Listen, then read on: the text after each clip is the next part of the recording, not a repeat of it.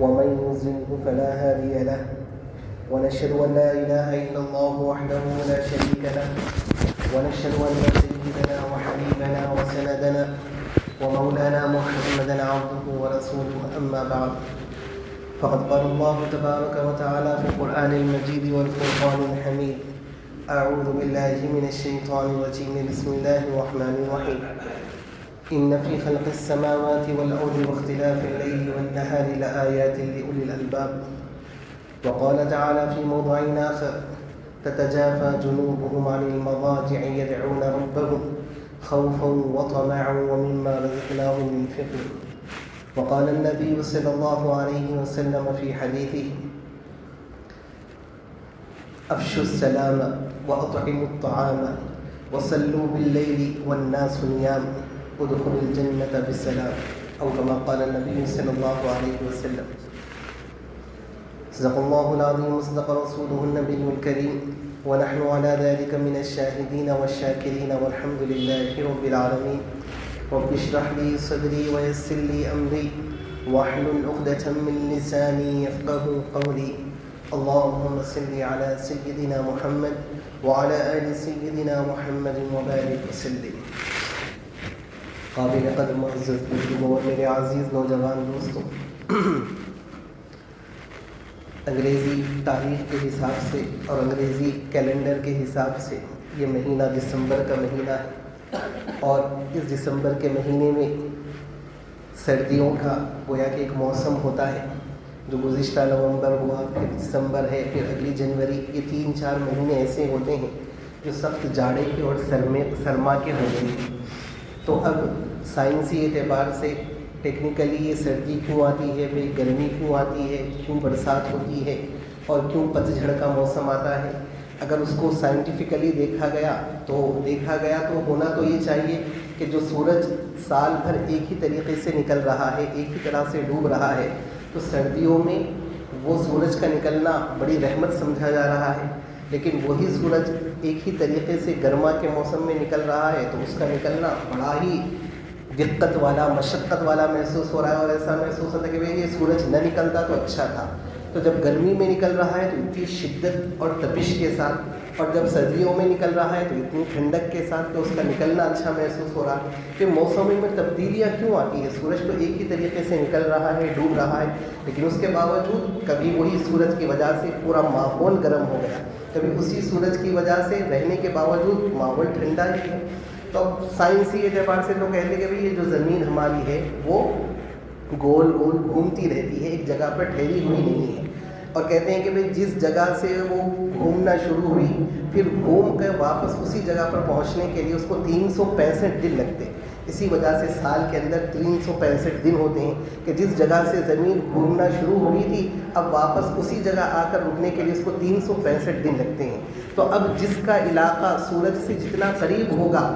جب مثال کے طور پہ ہماری زمین کے جس علاقے پہ ہم ہیں، اب گھومتے گھومتے اگر ہم وہ علاقے پر پہنچ گئے کہ سورج ہم سے قریب ہو گیا تو گرمی کی شدت ہوتی ہے، اور جب ہم گھومتے گھومتے سورج سے دور ہو گئے تو سردیاں آ جاتی ہیں. یہ گویا کہ سائنسدان اس طرح کی تحقیق کرتے ہیں. بہرحال ان سب کے پیچھے جو ایک مسلمان ہونے کی حیثیت سے جو ہمیں سوچنا ہے اور جس کی دعوت ہمیں قرآن دیتا ہے وہ یہ کہ آسمان کے اندر، زمین کے اندر یہ دنوں کے آنے میں جانے میں، مہینوں کے بدلنے میں اور موسموں کے آنے جانے میں، ان سب کے پیچھے اللہ کی حکمت، اللہ کی قدرت کار فرما ہوتی ہے. یعنی یہ اللہ کی حکمت ہے، یہ اللہ تبارک و تعالیٰ کی قدرت ہے کہ جس کی وجہ سے یہ دن و رات آ رہے ہیں، بدل رہے ہیں. کبھی دن بڑا محسوس ہوتا ہے تو کبھی رات چھوٹی، اور کبھی رات بڑی اور کبھی دن چھوٹا. تو یہ کون ہے؟ اللہ تعالیٰ خود فرما رہے ہیں یولج اللیل فی النہار ویولج النہار فی اللیل. اللہ ہی ہے جو رات کو دن میں داخل کر دیتا ہے،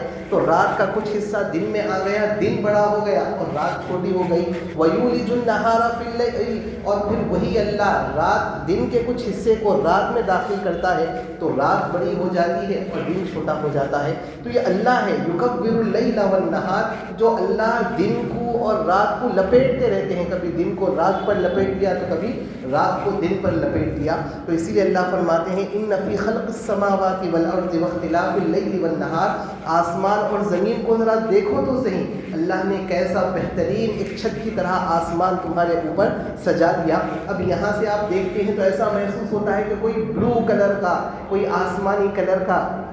چھت آپ کے سروں پر ہے، لیکن جیسے ہی آپ زمین سے اوپر جاتے ہیں تو وہاں پر کوئی آسمان آپ کو نظر ہی نہیں آتا۔ وہ آسمان کہاں ہے؟ وہ آسمان تو بہت اوپر ہے، کوسوں دور ہے۔ یہ جو جب زمین سے باہر نکلتے ہیں تو خلا میں چلے جاتے ہیں، یعنی اسپیس، خالی جگہ۔ تو زمین اور آسمان کے خالی جگہ ہی میں اتنے ہزاروں کروڑوں قسم کے سیارے ہیں۔ ایک زمین جیسا جو ارتھ جس پہ ہم رہتے ہیں، ایسے چند سیارے ہیں جو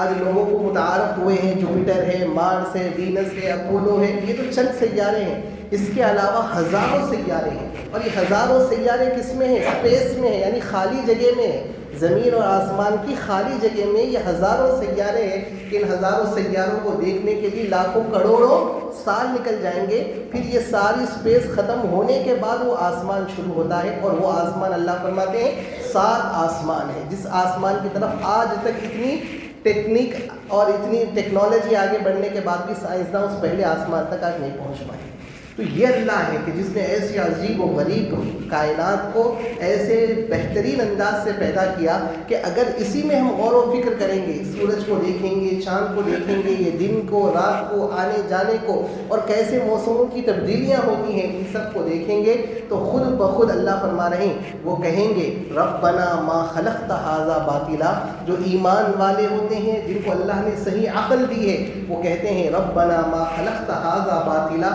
اے اللہ آپ نے ساری کائنات کو یوں ہی بیکار میں پیدا نہیں کیا، ہر ایک کے پیچھے کچھ نہ کچھ مقصد ہے۔ آپ نے ہر چیز کو پیدا کیا ایک حکمت کے تحت، ایک مصلحت کے تحت، اور یہ ساری کائنات اگر کسی کے لیے پیدا کی گئی تو اللہ تعالیٰ خود فرما رہے کہ یہ تم انسانوں کے لیے پیدا کی گئی۔ ان الدنیا خلقت لکم، یہ ساری کی ساری دنیا بس تمہارے ہی فائدے کے لیے پیدا کی گئی۔ قرآن میں جا جگہ بجا اللہ تعالیٰ فرما رہے ہیں وَسَخَّرَ لَكُم مَّا فِي السَّمَاوَاتِ وَمَا فِي الْأَرْضِ جَمِيعًا مِّنْ، آسمان اور زمین میں جتنی مخلوقات ہیں، جتنی چیزیں ہیں، ان سب کو اللہ نے تمہارے کام میں لگا دیا۔ تمہاری خاطر یہ سورج نکل رہا ہے، ڈوب رہا ہے، تمہاری خاطر یہ ہوائیں چل رہی ہے، تمہاری خاطر یہ سمندروں کے بڑے بڑے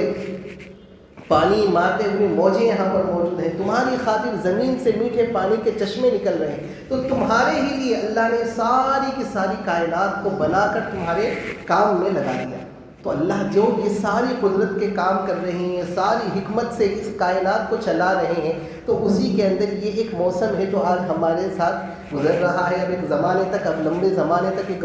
سرما کا موسم گزرے گا۔ تو اب ہمیں دیکھنا ہے کہ بھئی ایک اسلام کے پیش نظر، ایک مسلمان ہونے کی حیثیت سے یہ سرما کا موسم ہمیں کیسے گزارنا چاہیے، اور یہ سرما کا موسم ہمارے لیے باعث رحمت ہے یا باعث زحمت ہے۔ بعض ہوتے جو بولتے ہیں بہت خطرناک سردی ہے، یہ سردی نہیں رہے تو اچھا تھا۔ تو کیا یہ واقعتاً یہ سردی کا موسم ایک مسلمان کے لیے باعث زحمت ہے یا باعث رحمت ہے؟ تو اب قرآن و حدیث کی روشنی میں اس کو دیکھنے کی ضرورت ہے۔ ایک مسلمان سرما کا موسم، سردیوں کا موسم کیسے گزارے، اور یہ اس کے لیے رحمت ہے یا زحمت ہے؟ چنانچہ حضرت عبداللہ ابن عباس رضی اللہ تعالیٰ عنہ یہ کون ہیں؟ یہ پورے صحابہ میں جن کو بہت بڑا مقام ملا۔ تفسیر عبداللہ ابن عباس آج بھی موجود ہے۔ اس زمانے میں پورے صحابہ کے مقابلے میں ان کی باضابطہ تفسیر سارے صحابہ میں مشہور تھی، اور جن کو حبر الامہ کہا جاتا تھا، اس امت کے سب سے بڑے امام، بہت زیادہ علم والے۔ عبداللہ ابن عباس رضی اللہ تعالیٰ عنہ کے بارے میں ان کے شاگرد فرماتے، ان کے گھر والے فرماتے کہ جب سردیوں کا موسم آتا تو آپ کے چہرے پہ ایک عجیب سی خوشی ہوتی تھی، اور جیسے ہی سردیاں شروع ہوتی، پہلی سردیاں تو آپ خوشی سے سب کو مبارکباد دیتے اور کہتے مرحباً یا شتا، مرحباً یا شتا، اے سردی کے موسم تیرا آنا خوش آمدید، تیرا آنا مبارک ہو، بہت اچھا کیا تو آ گیا، بہت اچھا کیا تو آ گیا۔ یعنی خوشی سے سردی کے موسم کا استقبال کرتے تھے۔ تو لوگ پوچھتے کہ آپ دیگر اور موسم جب آتے، گرما کا آیا، برسات کا آیا، تو اس وقت آپ یعنی ایسا نہیں کہتے مرحبا مرحبا، جب سردیوں کا موسم آ رہا ہے تو آپ کہتے مرحبا یا شتا، مرحبا یا شتا، اے سردیوں کے موسم تیرا آنا مبارک ہو، مرحبا۔ تو ایسا کیوں کہتے ہیں؟ فرماتے ہیں کہ الشتاء غنیمۃ باردۃ للمسلم، یہ موسم سردی ایک ایمان والوں کے لیے بہت ہی غنیمت کا مہینہ ہے۔ بولے کیوں؟ اس لیے کہ قصر نہارہ فسامہ، کہ موسم سردی ایسا ہے کہ اس کے دن چھوٹے چھوٹے ہوتے ہیں کہ آپ آسانی سے روزے رکھ سکتے ہیں، اور اس کی راتیں وطال لیلہ فاقامہ، اور اس کی راتیں لمبی لمبی ہوتی ہے کہ آپ آسانی سے تہجد پڑھ سکتے ہیں۔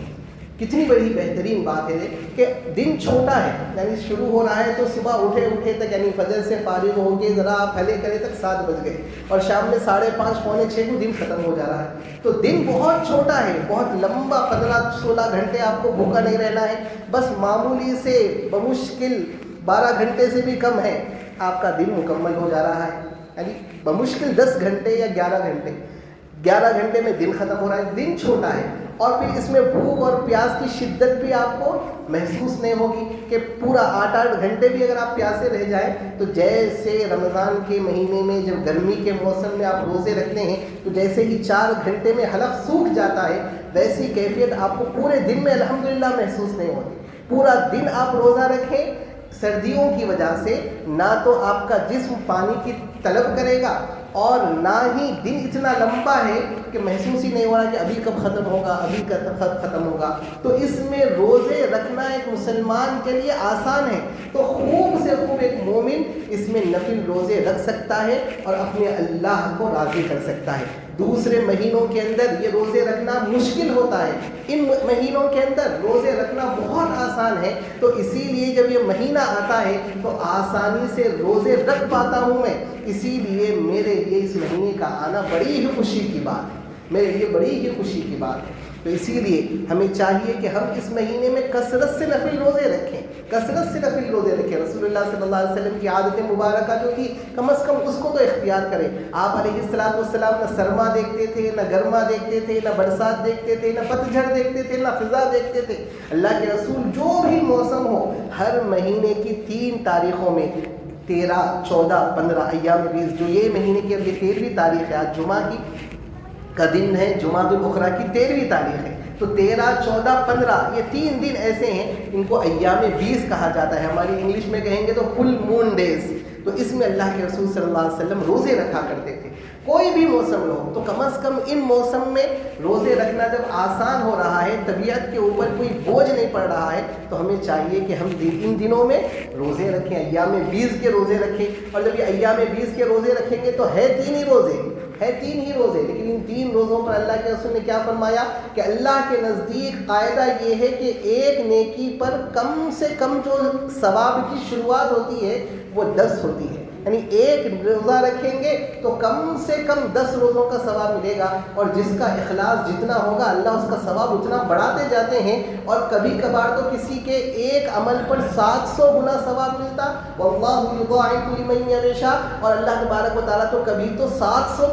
سے بھی زیادہ کسی کو ایک ہی عمل پر ثواب دیتے تھے۔ لیکن شروعات جو ہوتی ہے کم سے کم آخری درجے کی جو شروعات ہوتی ہے ایک عمل پر 10 نیکیوں کا ثواب۔ تو اگر ایک مہینے میں 3 دن 13، 14، 15 3 دن کے روزے اگر آپ رکھ لیں تو گویا کہ پورے 30 دن کے پورے ایک مہینے کے آپ نے روزے رکھ لیے۔ تو چاہیے یہ کہ موسم چونکہ زیادہ مشکل نہیں ہے، آپ کے لیے بڑا آسان ہے ان مہینے کے دنوں میں روزہ رکھنا، تو خاص طور پر سردیوں کے موسم میں ایام 20 کے روزوں کا رکھنے کا اہتمام کریں۔ اور ایسا نہیں ہو سکتا تو ایک چیز ہے، اللہ کے رسول صلی اللہ علیہ وسلم ہر ہفتے میں پیر اور جمعرات کے دن کو روزہ رکھا کرتے تھے، پیر اور جمعرات کے دن کو روزے۔ صحابہ نے پوچھا یا رسول اللہ ایسا کیوں، دیگر اور دنوں کے مقابلے میں آپ پیر کے دن کو اور جمعرات کے دن کو خاص طور پر روزہ کیوں رکھتے ہیں؟ تو فرمایا ذالک یومان یعرض الاعمال عند رب العالمین، یہ وہ مبارک دن ہے کہ ان 2 دنوں میں ہی ہمارے ہفتے بھر کی نیکیاں اللہ کے بارگاہ میں پیش کی جاتی ہیں۔ آپ نے ہفتہ بھر جو کچھ کیا وہ سارا ریکارڈ کلیکٹ کر اللہ کی بارگاہ میں پیش کیا جا رہا ہے، کب؟ پیر کے دن اور جمعرات کے دن۔ اور لازمی بات ہے کہ جب ریکارڈ پیش کیا جا رہا ہے تو اس وقت وقت میں یہ چاہتا ہوں کہ میں روزے کی حالت میں رہوں تاکہ میرا ریکارڈ جب اللہ کے سامنے ہو رہا ہے تو اس وقت تو کم از کم میں روزے کی حالت میں دیکھ کر, مجھے عبادت کی حالت میں دیکھ کر اللہ تبارک و تعالیٰ میرے نامہ اعمال کو آسانی سے چیک کر لے. تو پیر کے دن کے, جمعرات کے دن کے روزے کا اہتمام کریں. یہ اللہ کے رسول کی سنت مبارکہ ہے. اور دوسرا یہ کہ اگر کوئی آدمی محض اللہ کی رضا کے لیے ایک دن کا اللہ کی رضا کے لیے محض ایک دن کا نفل روزہ رکھتا ہے, من صام یوما فی سبیل اللہ, جو کوئی آدمی اللہ کی خاطر بس ایک دن کا روزہ رکھے, نفل روزہ, تو حدیث میں آتا ہے باعد اللہ بینہ و بین وجہہ 70 خریفا, اللہ تبارک و تعالیٰ اس کے اور جہنم کے درمیان میں اتنی دوری کر دیتے ہیں جیسی کہ اس کو جہنم تک پہنچنے کے لیے 70 سال لگ جائے. یعنی جہنم آپ سے اتنی دور ہو گئی کہ آپ 70 سال چل کر جائیں گے تب جہنم تک پہنچیں گے. تو سوچئے تو صحیح کہ اللہ کا کتنا بڑا فضل ہے کہ ایک دن کا روزہ آپ رکھ لیں, اللہ تبارک و تعالیٰ جہنم سے اتنی دور کر دے رہے ہیں. تو یہ اس وجہ سے صحابہ جب سردیوں کا موسم آتا تھا خوش ہو جاتے تھے کہ الحمدللہ بڑا احسان ہے اللہ کا کہ سردیوں کا موسم آ گیا ہے, اب ہم اس میں خوب سے خوب روزے رکھیں گے اور خوب سے خوب ثواب کما سکیں گے. ایک تو یہ چیز ہو گئی. دوسری چیز, جیسا حدیث میں بھی کہا میں نے کہ سردیوں کا موسم مسلمانوں کے لیے بہار کا موسم ہے, اس میں خوب کا خوب آپ ثواب کما سکتے ہیں, روزے رکھ سکتے ہیں. کیوں؟ اس لیے کہ دن چھوٹا ہے, اور راتوں میں تہجد پڑھ سکتے ہیں اس لیے کہ رات لمبی ہے. 8 بجے عشاء سے فارغ ہو گئے, 8:30 بہت ہو گیا, اس کے بعد اگر آپ سونے کی فکر کریں, دیکھیے آپ 5-6 گھنٹے کی آرام سے نیند ہو جانے کے بعد بھی آپ 2 گھنٹے تہجد پڑھ سکتے ہیں. لیکن چونکہ ہم نے ماحول اتنا خراب بنا لیا ہے, ہماری زندگی کی روٹین اتنی خراب ہو گئی ہے کہ چاہے گرمیاں رہیں دو چاہے سردیاں رہیں دو, 12 بجے سے پہلے بستر پہ آئیں گے نہیں, اس کے بعد 2 گھنٹے تک فون دیکھیں گے اور 2 بجے سے پہلے سوئیں گے نہیں. تو ہمیں روٹین خراب کر دی ہے. ورنہ اگر انسان جو قدرت ہے اس کے حساب سے چلے تو عشاء کے فوری بعد انسان اگر 8 بجے سردیوں کے موسم میں 8 سے بہت ہو گیا 9 بجے بھی اگر سو جائے تو 5-6 گھنٹے کی نیند ہو جائے گی. آپ نہیں چاہتے ہوئے بھی خود بخود آپ کا جسم کہے گا چل بھائی 6 گھنٹے ہو گئے, بہت لمبی نیند ہو گئی. آپ نہ چاہتے ہوئے بھی خود بخود تہجد میں اٹھ پائیں گے, خود بخود تہجد میں اٹھیں گے. ایسا لگے گا کہ رات کتنی لمبی ہے, ابھی فجر کیوں نہیں ہوئی. تو اللہ تبارک و تعالیٰ نے یہ جو سردیوں کا موسم دیا ہے, راتیں لمبی لمبی ہیں. اگر آپ قدرت کے مطابق چلے اور جلد سے جلد عشاء پڑھنے کے بعد اپنی ضروریات سے فارغ ہو کر سو جائیں تو آپ کے لیے رات کی پوری نیند کرنے کے بعد بھی تہجد میں اٹھنا آسان ہو جائے گا. اور تہجد یہ کیا چیز ہے, کیسی بہترین چیز ہے. سال بھر تو پڑھنے کا موقع ملا نہیں, سردیوں کا تو موسم ہے, اس میں تو تہجد پڑھ لیں کہ جب آپ کی ساری نیند آسانی سے پوری ہو جائے اور آپ کے لیے تہجد میں اٹھنا آسان ہو جائے تو کم از کم اس موسم میں تو تہجد پڑھ لیں. کتنی زیادہ فضیلتیں ہیں. اللہ کے رسول صلی اللہ علیہ وسلم نے فرمایا کہ جو آدمی یہ چاہتا ہے کہ اس کو آسانی سے جنت میں انٹری مل جائے, بس وہ 3 کام کرے. افشوا السلام, سلام کو خوب پھیلائیں, یعنی چلتے پھرتے اٹھتے بیٹھتے جاننے والے نہ جاننے والے ہر ایک کو سلام کرے. اس کے بعد فرمایا وَأَطْعِمُوا الطَّعَامَ, اللہ کے خاطر غریبوں کو محتاجوں کو پیٹ بھر کر کھانا کھلائے. پیٹ بھر کر نہیں کھلا سکتا, جتنی حیثیت ہے اتنا کھلائے. حدیث میں یہاں تک آتا کہ اگر ایک لقمہ کھلا سکتے ہو 1 لقمہ کھلاؤ, یا کسی کو 1 گھونٹ پانی پلا سکتے ہو 1 گھونٹ پانی پلاؤ. اگر کبھی کوئی محتاج نظر آ جائے, کوئی غریب کوئی بھوکا نظر آ جائے تو کھانا کھلاؤ. تو خوب سلام کو رواج دو, بھوکوں کو کھانا کھلاؤ, اور جب سارے لوگ سو رہے ہو اس وقت تم جاگ کر عبادت کرو, یعنی رات میں تہجد پڑھو, پھر تمہاری جنت میں انٹری آسانی سے ہو جائے گی, آسانی سے تم جنت میں چلے جاؤ گے. پھر حدیث میں آتا ہے کہ جب بندہ سردیوں کے موسم میں سارا من فراشی, جب سردیوں کا موسم ہے اور دل بالکل نہیں چاہ رہا ہے کہ گرم گرم نرم نرم بستر میں چھوڑ کر اٹھ جاؤں اور ٹھنڈے پانی میں ہاتھ ڈالوں, ایسے وقت میں دل یہی کہے گا, شیطان تو باضابطہ سلائے گا حدیث میں آتا ہے یعقد الشیطان علی قافیۃ رأس احدکم، شیطان آپ کی گردن کے پاس، آپ کی یہ جو گدی ہے اس گدی کے پاس باضابطہ 3 گھینٹیاں مارتا ہے. جیسے آپ کسی کے ہاتھ باندھ رہا ہو تو رسی باندھتے ہیں، 1 نہیں 2 نہیں 3 گھینٹیاں مارتا ہے. اور کیا کہہ کر مارتا ہے؟ علیکم لیل طویل فرقد، علیکم لیل طویل فرقد، علیکم لیل طویل فرقد. سو جا ابھی بہت لمبی رات ہے، سو جا ابھی بہت لمبی رات ہے. یہ کہہ کر وہ گھینٹیاں مارتا ہے. لیکن جب بندہ مومن اٹھتا ہے، اپنی نیند سے بیدار ہوتا ہے، اپنے آنکھ پہنچتا ہے، نیند کو بھگانے کی کوشش کرتا ہے، وذکر اللہ اور دعا پڑھتا ہے الحمدللہ الذی احیانا بعد ما اماتنا والیہ النشور، تو اس کی پہلی گھیٹی ٹوٹ جاتی ہے.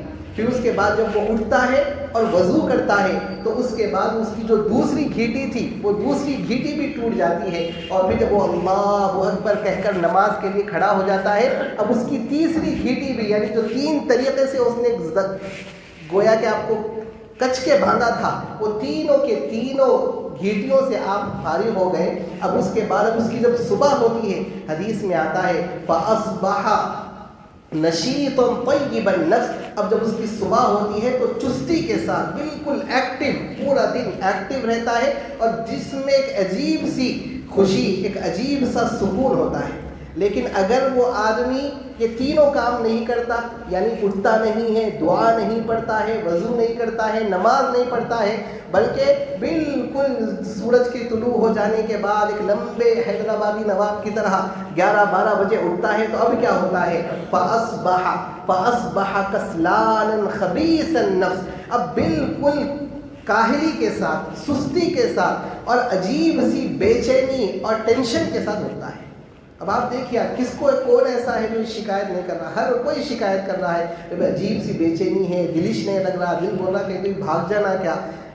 کام کر رہے ہیں تو وہاں دل نہیں لگ رہا، دکان پہ بیٹھے تو وہاں دل نہیں لگ رہا، گھر میں آئے تو دل نہیں لگ رہا، عجیب سی بے چینی ہے. یہ سب کیوں ہے؟ جب آپ کی صبح نماز کو چھوڑ کر ہوگی تو گویا کہ آپ شیطان کے گرہ سے نکلے ہی نہیں ہیں. دوسری حدیث میں ہے، بخاری شریف کی حدیث میں ہے کہ جب ایک بندہ رات کو سوتا ہے وَأَصْبَحَ وَمَا صَلَّى، اس حال میں صبح کرتا ہے کہ بغیر نماز کے اس کی صبح ہو رہی ہے، یعنی فجر کی نماز کو چھوڑ کر جب ایک بندہ صبح کرتا ہے بَالَ الشَّيْطَانُ فِي أُذُنِهِ، تو شیطان اس کے کان میں پیشاب کرتا ہے بڑی خوشی سے کہ آج میں کامیاب ہو گیا، اس کو میں نے فجر پڑھنے نہیں دی. اس طرح سے وہ کان میں پیشاب کرتا ہے. اب سوچئے جو شیطان کی ناپاکی لے کر آپ صبح اٹھ رہے ہیں اور پورا دن وہ ناپاکی کے ساتھ آپ گزار رہے ہیں اور شیطانی گویا کے اثرات آپ کے اوپر ہیں، تو پھر کہاں عبادت میں دل لگے گا، کہاں دیگر اور چیزوں میں مزہ آئے گا؟ ہر چیز میں بے رخی، ہر چیز میں بس بے چینی بے چینی. تو یہ ساری چیزیں اب عام دنوں میں کرنا آپ کے لیے مشکل ہے، لیکن سردیوں کے موسم میں اگر آپ اپنی قدرت کو سامنے رکھتے ہوئے جیسا اللہ نے نظام بنایا ہے اس نظام کو فالو کرتے ہوئے عشاء کی نماز فوری پڑھ لیں اور اس کے بعد سو جائیں، تو الحمدللہ 5-6 گھنٹے کی نیند جو پورے کے پورے دن کی تھکان کو ختم کر دے گی، اور اس کے بعد آپ آسانی سے تہجد کے لیے اٹھ پائیں گے. حدیث میں آتا ہے کہ جب بندہ اپنے بستر کو چھوڑ کر، اپنے گھر والوں کو چھوڑ کر، یعنی گھر والے ہیں، یعنی بیوی ہے، بچے ہیں، سب ہیں، مست سو رہے ہیں، لیکن آپ ان سب کو چھوڑ کر آپ اٹھ رہے ہیں، ٹھنڈے پانی کی طرف بڑھ رہے ہیں اور ہاتھ ڈال کر وضو کر رہے ہیں، تو اللہ تعالیٰ فخر سے کہتے ہیں فرشتے انظروا الی عبدی، اے میرے فرشتوں ذرا میرے اس بندے کو تو دیکھو تو صحیح، سارا من فراشہ ووقتہ وحبہ، کیا بات ہے کہ اپنا بستر چھوڑ کر اٹھ رہا ہے، کیا بات ہے کہ اپنے گھر والوں کو چھوڑ کر اٹھ رہا ہے، کیا بات ہے کہ نرم نرم بستر چھوڑ کر اٹھ رہا ہے. تو فرماتے ہیں کہ بھئی یا اللہ یہ آپ سے کچھ امید لگا کر اٹھ رہا ہے اور آپ سے ڈرتے ہوئے اٹھ رہا ہے. یعنی ایک مومن کے اندر دونوں چیزیں ہونی چاہیے، اللہ کی جنت کی اور اللہ کے ثواب اور مغفرت کی امید ہونا کہ مجھے امید ہے کہ اللہ مجھے بخش دے گا، مجھے جنت دے گا، اور ساتھ ہی ساتھ اللہ کا خوف بھی ہونا ہے کہ اگر میں پکڑا گیا تو کہیں ایسا نہ ہو کہ اللہ میرے لیے جہنم میرا مقدر کر دیں اور جہنم کی سزاؤں سے میں دوچار ہو جاؤں. تو فرشتے کہتے ہیں کہ آپ کی رحمت سے امید لگا کر یہ اٹھ رہا ہے اور آپ سے ڈرتے ہوئے یہ اٹھ رہا ہے. فرماتے اشہدوکم بھی، اے میرے فرشتوں تم لوگ گواہ رہو اے میرے فرشتوں تم لوگ گواہ رہو، اعطیت ما رجائی، جو چیز کی یہ میرے سے امید لگا رہا ہے میں اس کو وہ ساری چیزیں دیتا ہوں، وَأَمَنْتُ مِمَّنْ خَافَ، اور جس سے یہ ڈر رہا ہے میں اس کو اس سے محفوظ کرتا ہوں۔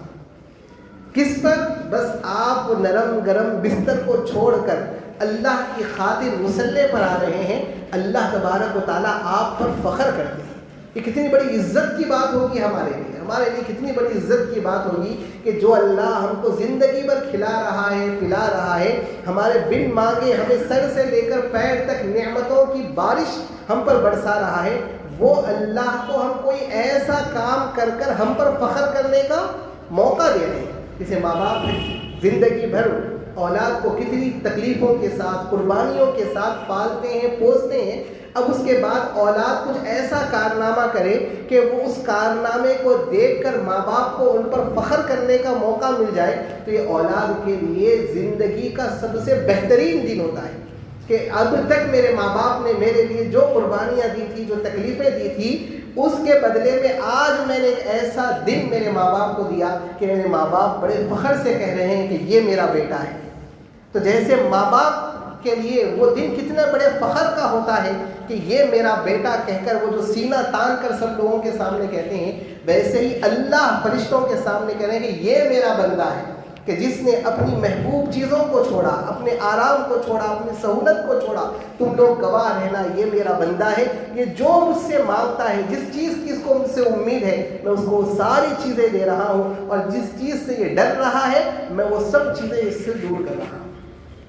تو میرا عزیز دوستو، یہ سردیوں کا موسم ہمارے لیے بڑی غنیمت والا ہے کہ ہم آسانی سے روزے رکھنا چاہیں، ہمت کر کر روزے رکھ سکتے ہیں، کوئی مشکل کام نہیں ہے، کوئی مشکل کام نہیں ہے۔ ایسا محسوس بھی نہیں ہوگا کہ آپ نے روزہ رکھا ہے، آپ کا پورا دن نکل جائے گا اور کسی طرح کی کوئی بھی تکلیف آپ کو محسوس نہیں ہوگی۔ تو روزہ رکھنا بڑا آسان ہے، اور اگر صحیح حساب سے اگر اپنا روٹین بنا لیں اور جلدی سو جائیں تو تہجد کا پڑھنا بھی بہت آسان ہے۔ ایک نہیں، دو نہیں، بے شمار فضیلتیں ہیں، بے شمار فضیلتیں ہیں۔ حدیث میں آتا ہے کہ اللہ کے رسول صلی اللہ علیہ وسلم اس قدر پیار سے، ایسے شوق سے، ایسے خشوع سے تہجد پڑھتے تھے کہ تہجد پڑھتے وقت اللہ کے رسول کی کیفیت ہی الگ ہوتی تھی۔ اللہ کے رسول جیسے ہم اٹھ رہے ہیں تو بڑی آلسی کے ساتھ، سستی کے ساتھ، ایسا محسوس ہو رہا ہے کہ بھئی کوئی بہت بڑا بوجھ ہے، وہ ذمہ داری ہے، اس کو نبھانا ہے، نہیں۔ اللہ کے رسول جب اٹھتے تھے تہجد میں تو ایسی چاق و چوبند حالت میں اٹھتے تھے اور ایسے مزے کے ساتھ اور ایسی کیفیت کے ساتھ پڑھتے تھے کہ جس کی کوئی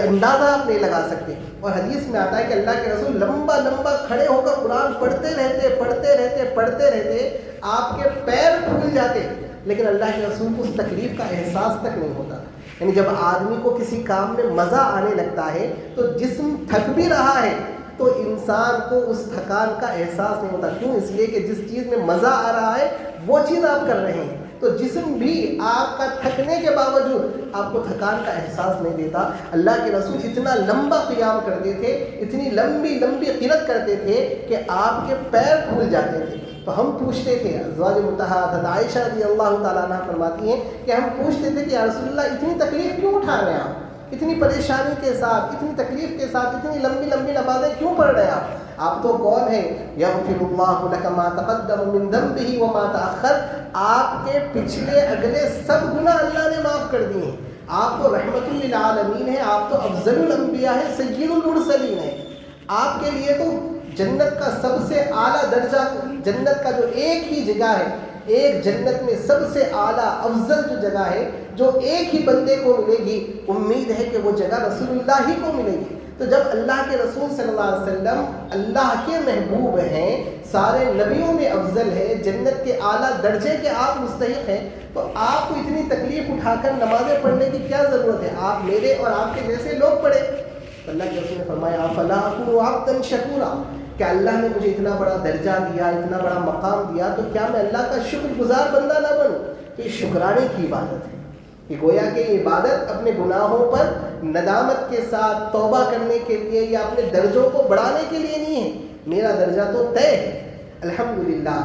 انشاءاللہ، لیکن یہ جو ہے جو اللہ نے مجھے بن مانگے ان نعمتوں سے نوازا ہے، ان نعمتوں کے شکرانے کے طور پر ہے۔ تو وہ نبی کہ جن کے پاس گناہوں کا کوئی بھی بوجھ نہیں تھا، وہ نبی کہ جن کو اپنے درجوں کو جنت میں بڑھانے کی کوئی ضرورت نہیں تھی، وہ نبی رات میں ایسا کھڑے ہو کر نماز پڑھ رہے ہیں کہ پیر پھول جا رہے ہیں، تو آپ اور ہم ان کو کتنی محنت کرنے کی ضرورت ہے، ہمیں کتنی تہجد کو پڑھنے کی ضرورت ہے کہ جن کے پاس گناہوں کی گٹھلیاں لگی ہوئی ہیں اور جن کو نہ معلوم جنت کے درجے بلند کرنا تو دور کی بات ہے کہ جنت میں داخلہ بھی ملنے کا کوئی یقین ہے یا نہیں ہے، جنت کے درجوں کو بلند کرنا تو دور کی بات ہے، جنت کا داخلہ بھی ہمارے لیے یقین ہے، اس کی کوئی گارنٹی نہیں ہے، تو ایسے لوگوں کو تو تہجد کیسی پڑھنی چاہیے؟ تو ضرورت ہے اس بات کی کہ خوشی خوشی ان دنوں کے اندر ان راتوں کو غنیمت مان کر روزے رکھیں اور خوب سے خوب تہجد پڑھنے کی کوشش کریں، اور جب وضو کرتے ہیں، اللہ کے رسول صلی اللہ علیہ وسلم کی ایک اور ایک حدیث مبارکہ، عام طور پر وضو کرنے میں مسئلہ ہوتا ہے، آج تو اتنی سہولت ہے کہ الحمدللہ شاید ہی کوئی گھر ایسا ہوگا کہ جہاں پر گرم پانی سے وضو کر کر آنا مشکل ہے، الحمدللہ اللہ کا احسان ہے کہ اللہ نے آج ایسی سہولتوں میں رکھا ہے، اللہ نے آج ایسی نعمتوں میں رکھا ہے کہ گرم پانی سے وضو کر کر آج ہمارے لیے آنا شاید کسی بھی گھر میں مشکل نہیں ہے۔ پہلے تو پھر بھی وہ ہیٹر لگاؤ، 10 منٹ ٹھہرو، وہ سب کرتے تھے، آج تو الحمدللہ اللہ نے ایسی سہولتیں دی ہیں کہ بس کھٹکا ڈالو اور نل کھولو، گرم گرم پانی آپ کے ہاتھوں میں آ جائے۔ اتنی سہولتوں کے بعد وہ صحابہ کہ جنہوں نے یہ ایسی سہولتیں دور دور تک سوچی بھی نہیں تھی، میں بار بار کہتا ہوں کہ آج ہم جیسی زندگی گزار رہے ہیں، کاش کہ ایسی زندگی صحابہ نے جنت میں ملنے کا تصور کیا تھا،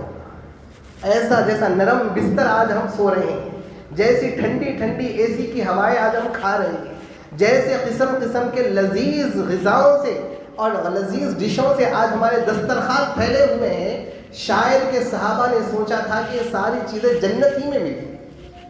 وہ سارے تصورات ان نعمتوں کے جو صحابہ نے جنت میں سوچے تھے آج ہم اس دنیا میں استعمال کر رہے ہیں، اور وہ ساری نعمتیں اور سہولتیں استعمال کرنے کے بعد شرم آنی چاہیے، غیرت کے مارے ڈوب کر مر جانا چاہیے کہ ہماری عبادتوں کا 1% بھی وہ نہیں ہے جو صحابہ کی عبادتوں کا۔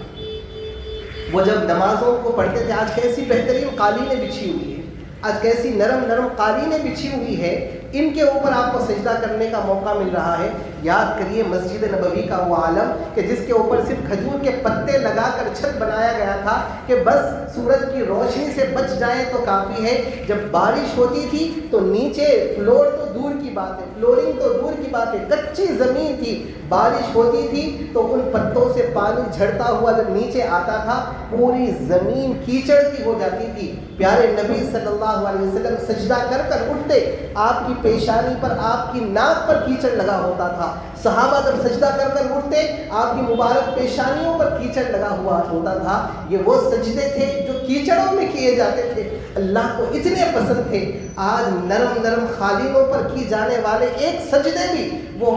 ہزاروں سجدے بھی اس ایک سجدے کے برابر نہیں ہو سکتے۔ تو اتنی تکلیفوں میں، اتنی پریشانیوں میں، اتنی مصیبتوں میں کہ جس کے اندر ہاتھ ڈال کر وضو کرنا ناممکن جیسا تھا، عرب کی سردی اور وہ سردیوں کے موسم میں آپ کو ہاتھ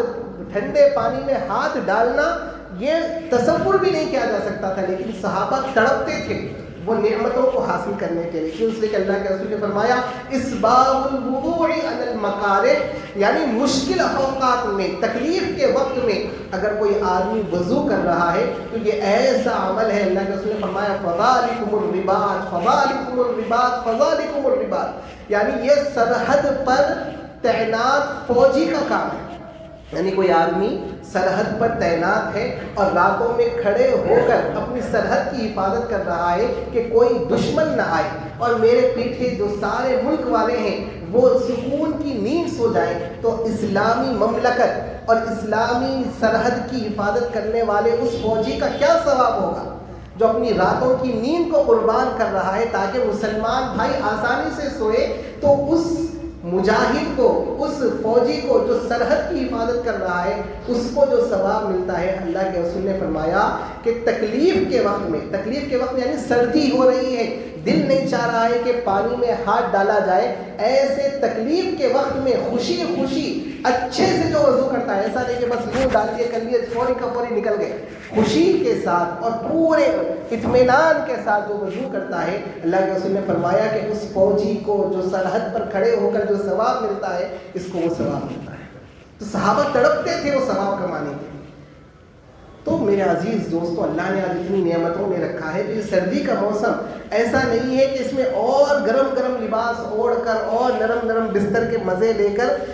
اپنی راتوں کو اس کے اندر گزارنا ہے, بلکہ اپنی پوری نیند لیں, تہجد پڑھنے کا اہتمام کریں, اور خاص طور پر فجر تو چھوٹنا ہی نہیں چاہیے. ان دنوں کے اندر تو فجر کا چھوٹنا تو ناممکن ہونا چاہیے کہ تہجد ہی کا اہتمام آپ آسانی سے کر سکتے ہیں, اور اس کے باوجود آپ کی فجر چھوٹ رہی ہے تو پھر لعنت ہے ایسی زندگی پر کہ جو شیطان کے پیشاب کے ساتھ اپنی صبح کر رہا ہے اور شیطان کی پورے اثر کو لے کر اپنی زندگی کو گزار رہا ہے, اور پھر کہتا ہے کہ میرے کو تو کوئی خوشی نہیں مل رہی, میرے تو جسم میں برکت ہی نہیں ہے, میرے کو تو ہر طرف سے پریشانیاں ہی ہیں. تو اب کسی اور کے اوپر ڈال کر افسوس کرنے کے بجائے خود اپنے کو آئینے میں دیکھ لینے کی ضرورت ہے. اللہ تعالیٰ ہم سب کو کہنے سننے سے زیادہ صحیح معنوں میں سمجھنا اور ان باتوں پر عمل کرنے کی توفیق عطا فرمائے. آمین یا رب العالمین. وآخر دعوانا الحمدللہ.